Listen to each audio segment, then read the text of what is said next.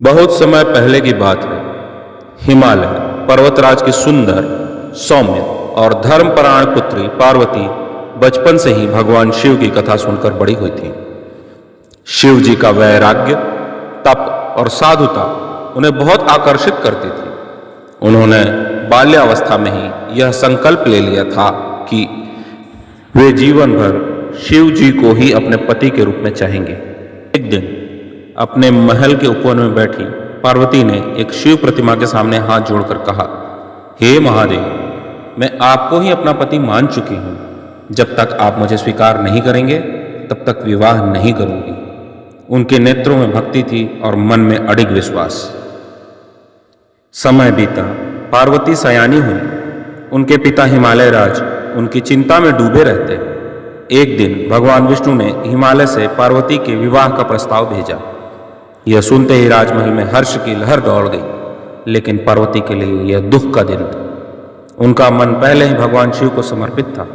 उन्होंने अपने पिता से विनती की, लेकिन बात नहीं मानी गई। पार्वती अपने भाग्य से हार मानने वाली नहीं थी। उन्होंने अपनी सखियों से सहायता मांगी। रात्रि के अंधकार में उनकी सखियां उन्हें चुपचाप महल से बाहर ले आईं और वे सब मिलकर घने वन की ओर चल पड़े।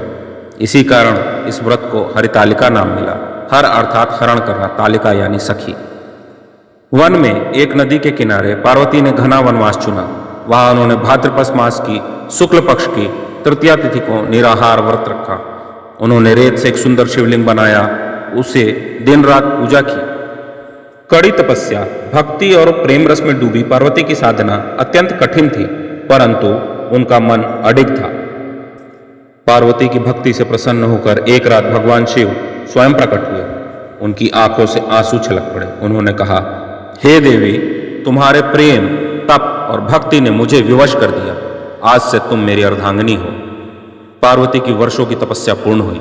उन्होंने अपने प्राणों से प्रिय शिव को पति के रूप में पा लिया। जिस दिन पार्वती ने यह व्रत किया, वही दिन आज हरितालिका तीज के रूप में मनाया जाता है। सुहागिन स्त्रियां इस दिन भगवान शिव और माता पार्वती की पूजा करती हैं, निर्जल व्रत रखती हैं और अखंड सौभाग्य की कामना करती हैं। मान्यता है कि इस व्रत को करने से मनचाहा पति प्राप्त होता है और वैवाहिक जीवन सुखमय होता है।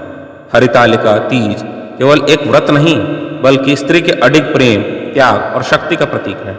यह उस नारी की कहानी है जिसने संसार की सभी बाधाओं को पार करके अपने प्रेम को साकार किया, और आज भी उसकी भक्ति का यह पर्व हर स्त्री को प्रेरणा देता है।